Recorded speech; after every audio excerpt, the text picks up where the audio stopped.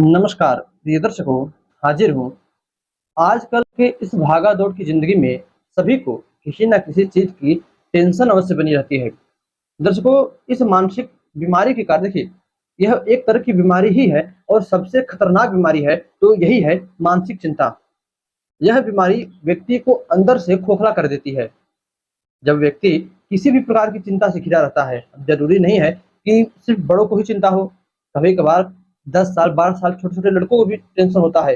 अब ना उन्हें पैसे रुपए की चिंता तो पढ़ाई की दिक्कत, पढ़ाई की चिंता, किसी किसी भी प्रकार की चिंता, आप क्या बोले उनके विषय में, किसी ना किसी प्रकार की चिंता बड़े से लेकर छोटे व्यक्ति तक को, चाहे गरीब हो चाहे अमीर हो, चाहे नौजवान हो चाहे बुजुर्ग हो, चाहे बच्चा हो चाहे औरत हो चाहे पुरुष हो, कोई भी हो, इस मानसिक बीमारी से कोई नहीं बच सका है। दर्शकों, इसका कारण एक ही है। जन्म कुंडली में आपके चंद्रमा और सूर्य की स्थिति देखिए। यदि आपकी जन्म कुंडली में सूर्य और चंद्रमा, इन दोनों ग्रहों की स्थिति अत्यधिक बेकार है, तब आपको किसी न किसी प्रकार की टेंशन, किसी न किसी प्रकार की चिंता अवश्य घिरी रहती है। और अच्छा, यह स्थिति बेकार कैसे होती है? और कुछ ऐसी स्थितियां जो कि सूर्य और चंद्र के साथ घटे, कुछ ऐसे ग्रह जो कि सूर्य और चंद्र के साथ बैठे, तब कुछ ऐसे भाव कि जिन भावों में सूर्य और चंद्रमा बैठे तो जातक को टेंशन, मानसिक चिंता अवश्य होती है। कौन कौन से वह भाव हैं, कौन कौन से ग्रह हैं, आइए इस पर बात करें। तो दर्शकों, पहला सूत्र कहता है कि आपकी जन्म कुंडली में किसी भी प्रकार से सूर्य अथवा चंद्रमा शनि के साथ हो जाए। अब शनि के साथ कुंडली की किसी भी भाव में बैठे हो, शनि के साथ है सूर्य और चंद्रमा, चंद्रमा है तो मानसिक टेंशन अवश्य मिलेगा, और सूर्य है तो आपके आत्मविश्वास में कमी, कॉन्फिडेंस में कमी अवश्य आएगी। दर्शकों, इसी प्रकार आपकी कुंडली के पंचम भाव में शनि और राहु की भी युति हो जाए, ऐसी स्थिति में जातक को संतान पक्ष से, जातक को पढ़ाई के पक्ष से, जातक को बुद्धि पक्ष से, यह तो योग शनि और राहु का योग पंचम भाव में हो जाए तो यह योग जड़ बुद्धि वाला योग कहा गया है। पंचम भाव से बुद्धि का विचार किया जाता है, पंचम भाव से संतान का विचार किया जाता है, पंचम भाव से ज्ञान का, विद्या का, पढ़ाई का विचार किया जाता है। तो ऐसे जातक की बुद्धि जो है वह जड़ बुद्धि कही जाती है, जिसके कुंडली के पंचम भाव में शनि और राहु की युति हो जाए। दर्शकों, शनि और चंद्रमा तथा सूर्य की युति तो बतला ही दिया। सूर्य चंद्रमा, सूर्य और शनि एक साथ हो जाए तो आपके आत्मविश्वास में, कॉन्फिडेंस लेवल में बहुत कमी आ जाती है। और चंद्रमा शनि एक साथ हो जाए तो हमेशा किसी, आपको देखिए, जब वह टेंशन घेरे रहेगा तब आपको समय समझ भी नहीं आएगा कि मेरी कुंडली में या ग्रह की युतियां बनी है, इस कारण मुझे हो रहा है। शायद आप इस समय यह वीडियो देख रहे हो, तब भले ही आप कुंडली अपनी खोलकर देखो तो आपको पता चल जाए कि नहीं, इसी ग्रह के कारण मुझे ये हो रहा है, तब पता चल जाए। नहीं तो अन्यथा उस समय दिमाग में ही नहीं आता कि मेरी कुंडली में भी कुछ ऐसे ग्रहों की युति हो सकती है जो कि मुझे इस बीमारी का कारण, इस टेंशन का कारण बना रही है। तो इतना ही नहीं, मंगल देव कुंडली के चौथे भाव में हो और शनि की दृष्टि उन पर पड़ती हो, तब अभी जातक के अंदर आत्मविश्वास की बहुत कमी आती है। कुंडली का ये चौथा भाव और इसमें जो है मंगल देव बैठ जाए तथा शनि की 7वीं दृष्टि पड़ जाए, शनि की 3री दृष्टि पड़ जाए या शनि की 10वीं दृष्टि पड़ जाए, तब भी जातक को मानसिक टेंशन घेरे रहता है।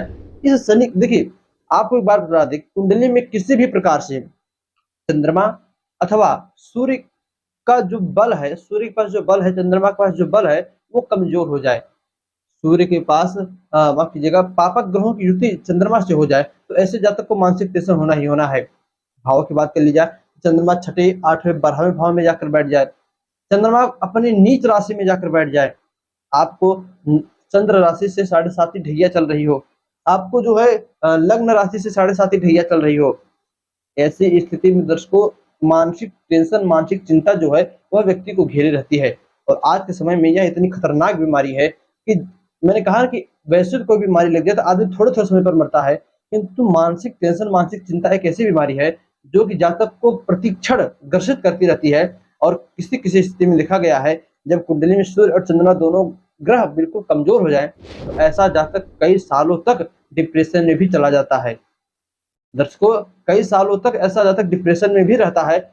शायद कहीं जाकर जब कोई अच्छी दवा हो या कोई उसके ऊपर अच्छे ग्रहों की युति हो जाए, ग्रहों की दशा आ जाए किसी अच्छे ग्रह की, तब वह उस डिप्रेशन से बाहर निकलता है। दोस्तों, यदि आपके भी कोई नजर में ऐसा व्यक्ति हो जो, अच्छा इनके उपाय क्या है?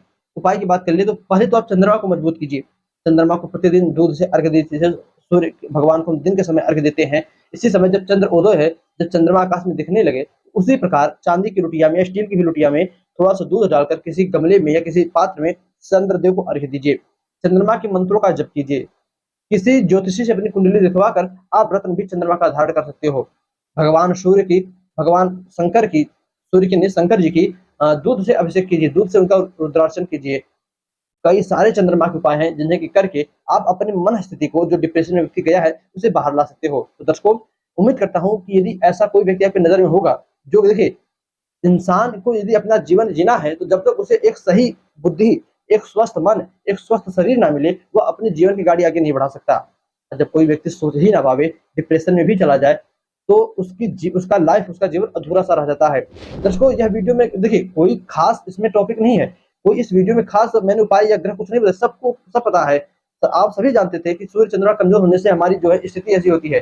किंतु फिर भी इसको बढ़ाने का कारण एक ही है कि शायद शायद इस वीडियो को देखकर कोई क्लिक करे, देखे, तो उसे थोड़ा बहुत राहत मिले। सभी जानते हैं भाई, चंद्रमा कमज़ोर होगा तो जो है हमारी मानसिक स्थिति खराब होगी, हमें टेंशन मिलेगा। किंतु मन में आवे तब ना, मन में तो ये ग्रह आने भी नहीं देते। तो शायद आपने ये वीडियो देखा या कोई आपको दिखे कि ऐसी परिस्थिति में है और इस वीडियो को देखने के से उसे याद आ जाए, हो सकता है मेरी भी कुंडली में ऐसा हो, तो वो अभी इन ग्रहों के उपाय करके अपने उस लाइफ को, भाई जब जीवन किसी का बर्बाद होता है ना, तो उसकी पूरी, उससे जुड़ने वाले पूरे लोगों की जो है एक प्रकार की समस्या घिर जाती है। उम्मीद करता हूँ जिस किसी को ज़रूरी होगा, आप उसके पास इस वीडियो को शेयर अवश्य करेंगे। दर्शकों, चलिए बस आज इतना ही, ज़्यादा कुछ अच्छा खासा टॉपिक तो था ही नहीं, तो लंबा खींचना भी बेकार है। इजाज़त दीजिएगा, पुनः आपसे मुलाकात होगी किसी नई वीडियो में नए टॉपिक के साथ। तब तक के लिए नमस्कार।